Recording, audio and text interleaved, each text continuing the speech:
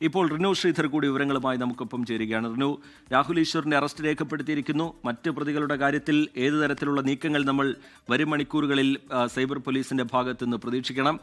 നിരവധി സൈബർ അധിക്ഷേപങ്ങൾ, അത് പല കോണുകളിൽ നിന്നായി സമൂഹ മാധ്യമങ്ങളിലൂടെയൊക്കെ പല കോൺഗ്രസ് പ്രവർത്തകരും അണികളുമൊക്കെ ഇപ്പോഴും അത് തുടരുന്ന നിലയുണ്ട്. അതിനൊക്കെതിരെ അതിശക്തമായ നടപടി വരും എന്ന മുന്നറിയിപ്പ് കൂടിയാണല്ലോ ഈ കേസും കസ്റ്റഡിയും ഇപ്പോഴുള്ള അറസ്റ്റും. റിനു,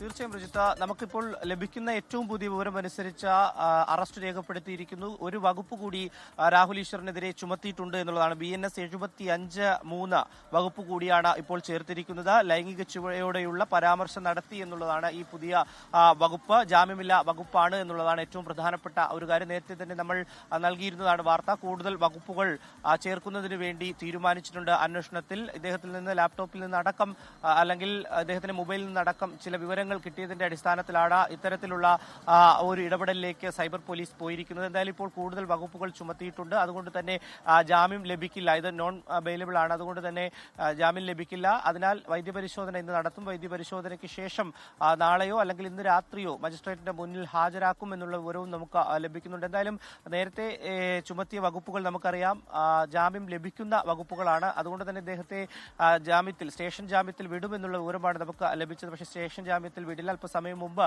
നമ്മൾ ദൃശ്യങ്ങളിൽ കണ്ടതാണ്. അദ്ദേഹത്തിന്റെ ഭാര്യ രാഹുലിന് വേണ്ടിയിട്ടുള്ള ഭക്ഷണവുമായി ഇപ്പോൾ സൈബർ പോലീസ് സ്റ്റേഷനകത്തേക്ക് പോയിട്ടുണ്ട്. പോലീസ് അറിയിച്ചതിനെ തുടർന്നാണ് രാഹുലിന് ഭക്ഷണം എത്തിക്കുന്നത്. അപ്പോൾ കൂടുതൽ ചോദ്യം ചെയ്യും എന്നുള്ളതാണ് നമുക്ക് ലഭിക്കുന്ന വിവരം. കൂടുതൽ ചോദ്യം ചെയ്യും. കൂടുതൽ ചോദ്യം ചെയ്തതിന് ശേഷം ഏതെങ്കിലും തരത്തിൽ വകുപ്പുകൾ ഇനി ആഡ് ചെയ്യണമോ എന്നുള്ളത് പരിശോധിക്കും അന്വേഷണ സംഘം. എന്തായാലും നിലവിൽ ഇപ്പോൾ 5 പ്രതികളുണ്ട്. അതിൽ രാഹുൽ ഈശ്വർ മാത്രമാണ് ഇപ്പോൾ കസ്റ്റഡിയിലായിട്ടുള്ളത്. മറ്റ് 4 പ്രതികളെയും കസ്റ്റഡിയിലെടുക്കും, ചോദ്യം ചെയ്യും.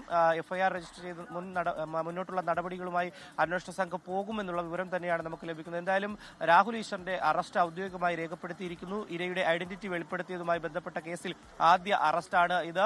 നേരത്തെ താൽക്കാലികമായി ചില വകുപ്പുകൾ ചേർത്ത് FIR രജിസ്റ്റർ ചെയ്തു. പക്ഷേ ഇപ്പോൾ റീ രജിസ്റ്റർ ചെയ്യാനുള്ള നടപടികളിലേക്ക് പോകുന്നു. FIR കൂടുതൽ വകുപ്പുകൾ ചുമത്തുവാൻ വേണ്ടിയിട്ടുള്ള തീരുമാനത്തിലേക്ക് പോകുന്നു. ഇപ്പോൾ ഒരു വകുപ്പ് കൂടി കൂടുതൽ ചേർത്തിട്ടുണ്ട്. BNS 75(3) വകുപ്പുകളാണ്. ലൈംഗിക ചുവയോടെയുള്ള പരാമർശം നടത്തി എന്നുള്ളതാണ് ഈ വകുപ്പുമായി ബന്ധപ്പെട്ട് നമുക്ക് മനസ്സിലാക്കാൻ വേണ്ടി കഴിയുന്നത്. ജാമ്യമില്ലാ വകുപ്പാണ്. എന്തായാലും രാഹുൽ ഈശ്വറിനെ വൈദ്യപരിശോധനയ്ക്ക് രാത്രി തന്നെ തിരുവനന്തപുരം ജനറൽ ആശുപത്രിയിലേക്ക് കൊണ്ടുപോകുമെന്നുള്ള വിവരമാണ് ലഭിക്കുന്നത്. റിജിത്ത്, ശരി. റിനു ശ്രീധറാണ് വിശദാംശങ്ങൾ പങ്കുവയ്ക്കുന്നത്. അതിജീവിതയെ അധിക്ഷേപിച്ച കേസിൽ രാഹുൽ ഈശ്വറിന്റെ അറസ്റ്റ് ഇപ്പോൾ രേഖപ്പെടുത്തിയിരിക്കുകയാണ്. ജാമ്യമില്ലാ വകുപ്പ് കൂടി ചുമത്തിയിരിക്കുന്നു. നേരത്തെ ജാമ്യം ലഭിക്കുന്ന വകുപ്പുകളായിരുന്നെങ്കിൽ ഇപ്പോൾ ലൈംഗിക ചുവയോടുകൂടി അതിജീവിതയെ അധിക്ഷേപിക്കുന്ന തരത്തിൽ ഇടപെട്ടു എന്നതടക്കമുള്ള വകുപ്പുകൾ ചുമത്തിക്കൊണ്ടാണ് ഇപ്പോൾ രാഹുൽ ഈശ്വറിനെതിരെ കേസെടുത്തതും പിന്നീട് അറസ്റ്റിലേക്ക് കാര്യങ്ങൾ കടന്നിരിക്കുന്നതും.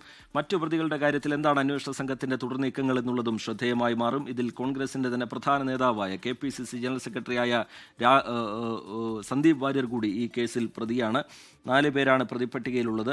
ഇപ്പോൾ കൂടുതൽ വകുപ്പുകൾ ചേർത്ത് രാഹുൽ ഈശ്വറിന്റെ അറസ്റ്റ് രേഖപ്പെടുത്തിയിരിക്കുകയാണ്.